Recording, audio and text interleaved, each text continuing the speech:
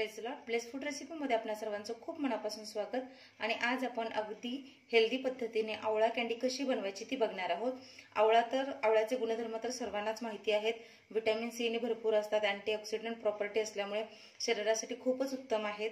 तसेच बऱ्याचशाच कारणासाठी आपण आवळा कँडी घेऊ शकतो। केसांच्या वाढीसाठी, नखांचं सौंदर्य असू दे किंवा स्किनसाठी व्हिटॅमिन सी भरपूर असणारं मोर आवळा, तर या आवळ्यांचे गुणधर्म सर्वांनाच माहिती आहेत।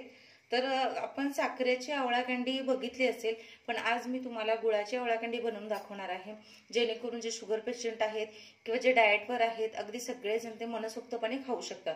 तरी मी इकडे जवळपास अर्धा किलो आवळे घेतलेले आहेत, हे पहा, आणि हे पाण्यामध्ये घालून घेतलेले आहेत। तर 1-2-3 पाण्याने स्वच्छ धुवून घ्यायचे आहेत। यामध्ये अगदी थोडंसं मीठ घालत आहे, मिठामुळे हे स्वच्छ होतील। तर हे मी स्वच्छ पाण्याने धुवून घेणार आहे। तर हे पहा, आवळे स्वच्छ धुवून मी कोरडे करून घेतलेले आहे। मी हवं तर हे कुकरच्या भांड्यामध्ये पाणी न घालता उकडून देखील घेऊ शकतात, पण मी आता चाळणीमध्ये उकडून घेणार आहे, दाखवते तुम्हाला। तर हे पहा, या ठिकाणी मी पाणी ठेवलेलं आहे आणि ही अशी चाळण घेतलेली आहे। तुम्ही तुमच्याकडे जी चाळण असेल ती घेऊ शकता। आता यामध्ये हे आवळे घालायचे आणि हे आपल्याला असेच बिन पाण्याचे उकडून घ्यायचे आहेत। काही लोक पाण्यामध्ये उकडून घेतात, पण पाण्यामध्ये उकडून घेतल्यामुळे आवळ्याचं पूर्ण सत्व त्यामध्ये उतरतं, अर्क त्यामध्ये उतरतो। तर यामधला अर्क जो यामध्येच टिकून राहावा म्हणून मी असं उकडून घेत आहे। तर आवळा उकडायला जास्त वेळ लागत नाही, तर आपण हा मंद आचेवर 3 ते 4 मिनिट वाफवून घेणार आहोत। झाकण ठेवायचं आहे आणि आता हे वाफवून घ्यायचं आहे। तर हे पहा, 4 ते 5 मिनिट झालेले आहेत आणि आवळ्याचा रंग बदललेला आहे। आणि अशा स्टेजवर आपल्याला आवळे शिजवून घ्यायचे आहेत, म्हणजे उकडून घ्यायचे आहेत।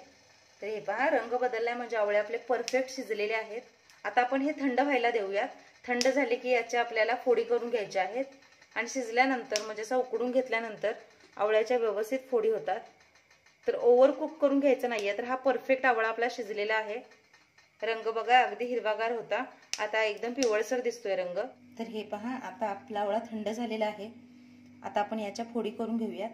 तर आवळामध्ये हलकेसा असा दाबायचा, हे पहा, याच्या अशा फोडी आपणच बाजूला होतात।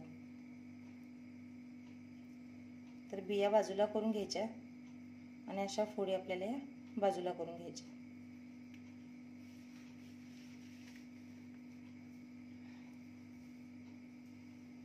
हे पहा, एक आवळा मी तुम्हाला दाखवलेला सोलून, अशाच पद्धतीने आपल्याला इतरही आवळे छान अशा याच्या फोडी बाजूला करून घ्यायच्या आहेत, बी काढून। तुम्ही हे कुकरला शिजवून घेतलं तरीही चालतं, अगदी पटकन होतं, किंवा अशा पद्धतीने उकडून घेतलं तरीही चालतं। तर याच पद्धतीने मी बाकीचे देखील काढून घेते। सगळे आवळे मी असे सुट्टे करून घेतलेले आहेत। आता मी इथे काचेची बरणी घेतलेली आहे, रुंद तोंड असलेली। तुम्ही एखाद्या काचेच्या भांड्यामध्ये किंवा प्लास्टिकमध्ये देखील हे असं केलं तरीही चालतं, पण बरणीमध्ये ठेवलं तर ते सोयीस्कर पडतं।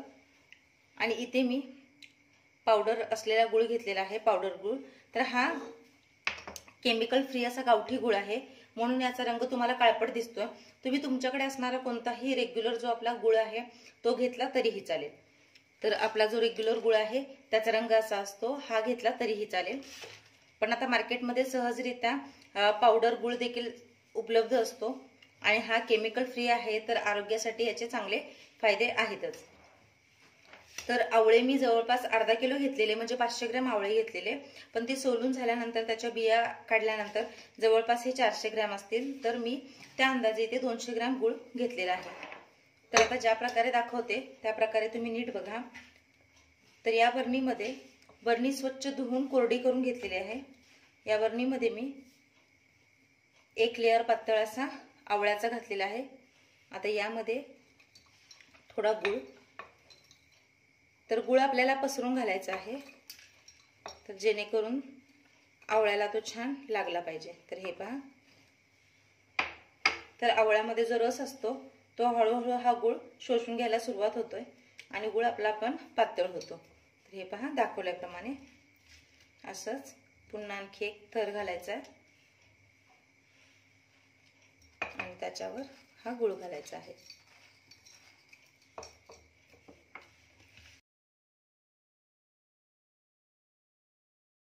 तर हे पहा, शेवटपर्यंत बरणी छान भरलेली आहे. तर थोडा गुळ आणि थोडं आवळा असं करून हे मिश्रण मी पूर्णपणे भरलेलं आहे. तर सांगितल्याप्रमाणे तुमच्याकडे अशा प्रकारची बरणी नसेल तर तुम्ही एखाद्या प्लास्टिकच्या बरणीमध्ये भरलं तरीही चालेल, किंवा तुम्ही एखाद्या काचेच्या भांड्यामध्ये जरीही ठेवलं तरीही चालेल. फक्त हे ठेवताना आता आपल्याला झाकून ठेवायचं आहे. तर असं करून आपल्याला हे 2 दिवस ठेवायचं आहे.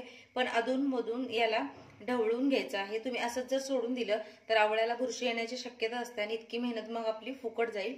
तर दिवसातून 1-2 ते 3 वेळा मध्ये मध्ये तुम्ही हे ढवळून घ्या. म्हणजे आवळा आणि गूळ छान एकत्र करून घ्या. तर आता हे मी झाकून ठेवते.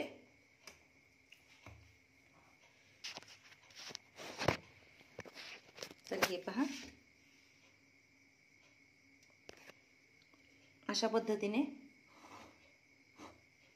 आवळा आणि गूळ हे एकत्र करून घेतलेले आहे.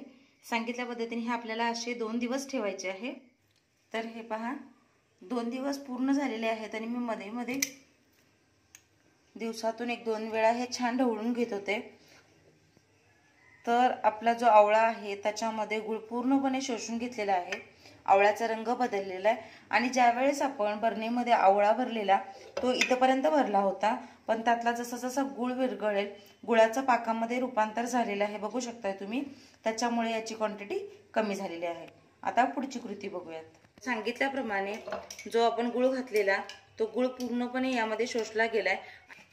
एक चाळण मी घेतलेली आहे आणि खाली हा एक असा बाउल घेतलेला आहे.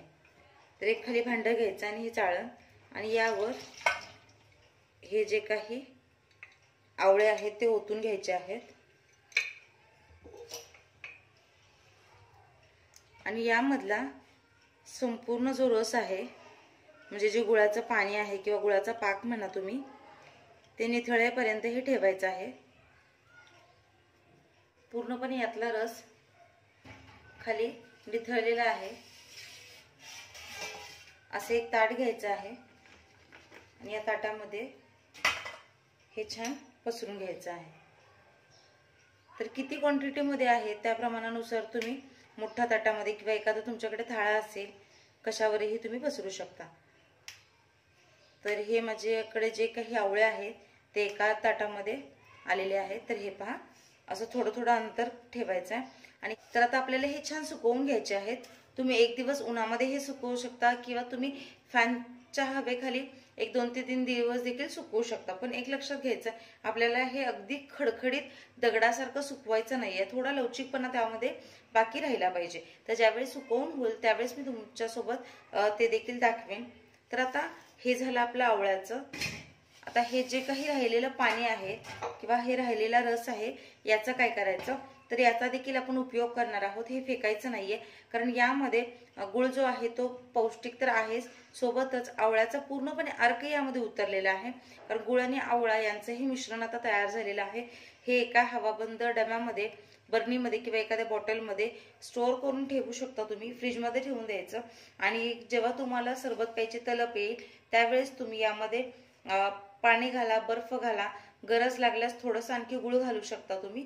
तर एखाद्या ग्लास पाण्यामध्ये 1-4 चमचे हे आपलं जे काही सिरप आहे ते घालायचं आणि त्याचा तुम्ही मस्त आवळा सरबत करून देखील पिऊ शकता.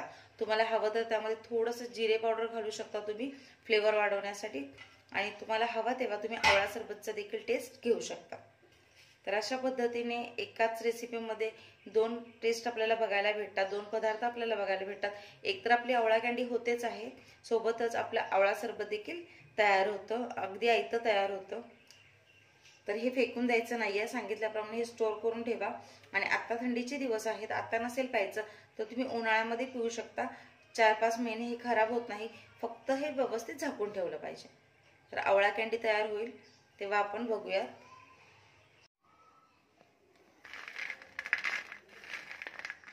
तर हे पहा, परफेक्ट आवळा कँडी तयार झालेली आहे. ही काळपट यासाठी दिसते कारण आपण यामध्ये गावठी गूळ वापरलेला होता, जो काळपट रंगाचा होता, त्यामुळे या कँडीला असा रंग आलेला आहे. पण चवीला अगदी उत्तम आणि आरोग्यासाठी देखील पौष्टिक आहे ही. ज्यावेळेस तुम्ही करून बघाल तेव्हा तुमच्या लक्षात येईल. अगदी शुगर असू दे किंवा इतर कोण देखील खाणारे असतील तर ते मनसोक्तपणे खाऊ शकतात. तर साखरेऐवजी मी इथे गुळ वापरलेला आहे, तो पण केमिकल फ्री असा गावठी गुळ. तर साखरेचा वापर करण्याऐवजी गुळाचा वापर करून अशा पद्धतीने तुम्ही देखील आवळा कँडी नक्की तयार करून बघा आणि मनसोक्त खा. तर महत्त्वाचं म्हणजे अगदी खडखडीत हे सुकवून घ्यायचं नाही आहे. 2 ते 3 दिवस तुम्ही फॅनखाली सुकवलं तरीही चालेल आणि अगदी 1 दिवस उन्हामध्ये सुकवायचं आहे. थोडी लवचिकता त्यामध्ये बाकी राहायला हवी. आणि ही आवळा कँडी तुम्ही हवाबंद डब्यामध्ये अगदी 6 महिने स्टोअर करू शकता. वर्षभर देखील ती टिकते, पण ती व्यवस्थित स्टोअर करावी लागते. तर हे पहा, याच्यामध्ये अजून थोडी लवचिकता बाकी आहे. तर पूर्ण असं दगडासारखं खडखडी त्याला सुकवून घ्यायचं नाहीये, मग त्याचं टेक्स्चर बदलतं आणि त्याला तितकी चव लागत नाही. तर मला आशा आहे रेसिपी तुम्हाला आवडली असेल, समजली असेल. आवडल्यास याप्रमाणे आवळा कँडी नक्की करून बघा. तुमचा अनुभव माझ्यासोबत नक्की शेअर करा आणि अशाच नवनवीन आणि पारंपरिक रेसिपीजसाठी ब्लेस फूड रेसिपी आपलं चॅनल सबस्क्राईब करा, लाईक करा, शेअर करा, होईल तितकं शेअर करा आणि महत्त्वाचं म्हणजे घंटी वाजवायला विसरू नका, कारण ज्यावेळेस मी नवीन व्हिडिओ अपलोड करेन त्याचे नोटिफिकेशन तुमच्यापर्यंत येत राहतील. भेटूया पुढच्या व्हिडिओमध्ये. तोपर्यंत स्वस्त रहा, मस्त खा आणि माझे व्हिडिओ बघत रहा. Bye bye.